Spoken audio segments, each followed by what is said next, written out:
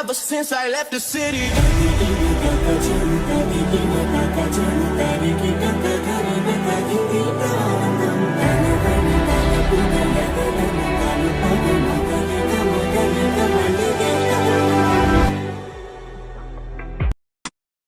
আসসালামু আলাইকুম এভরিওয়ান, আমি আছি আপনাদের সাথে আহনাফ নিয়াজ।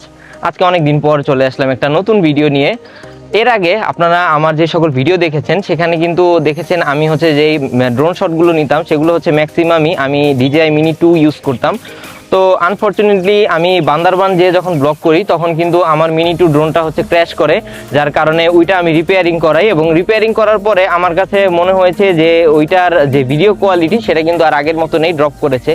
তো সেটা চিন্তা করার পরে আমি কিন্তু পরবর্তী টাইমে Mini 4 এ আপডেট করি।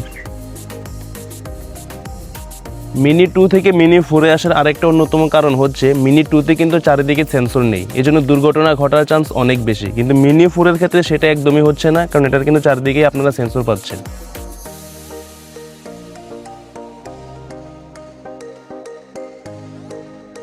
আমাকে অনেকে জিজ্ঞেস করতে পারেন যে আসলে Mini 4 নেওয়ার কারণ কি, কারণ বর্তমানে যেহেতু লেটেস্ট মডেল Mini 5 Pro বের হয়েছে। তো সেই ক্ষেত্রে আমি বলবো যে বর্তমানে কিন্তু বাংলাদেশের প্রেক্ষাপটে Mini 5 এর প্রাইসটা অনেক, তো সেই তুলনায় কিন্তু Mini 4 এর দামটা একটু অ্যাফোর্ডেবল।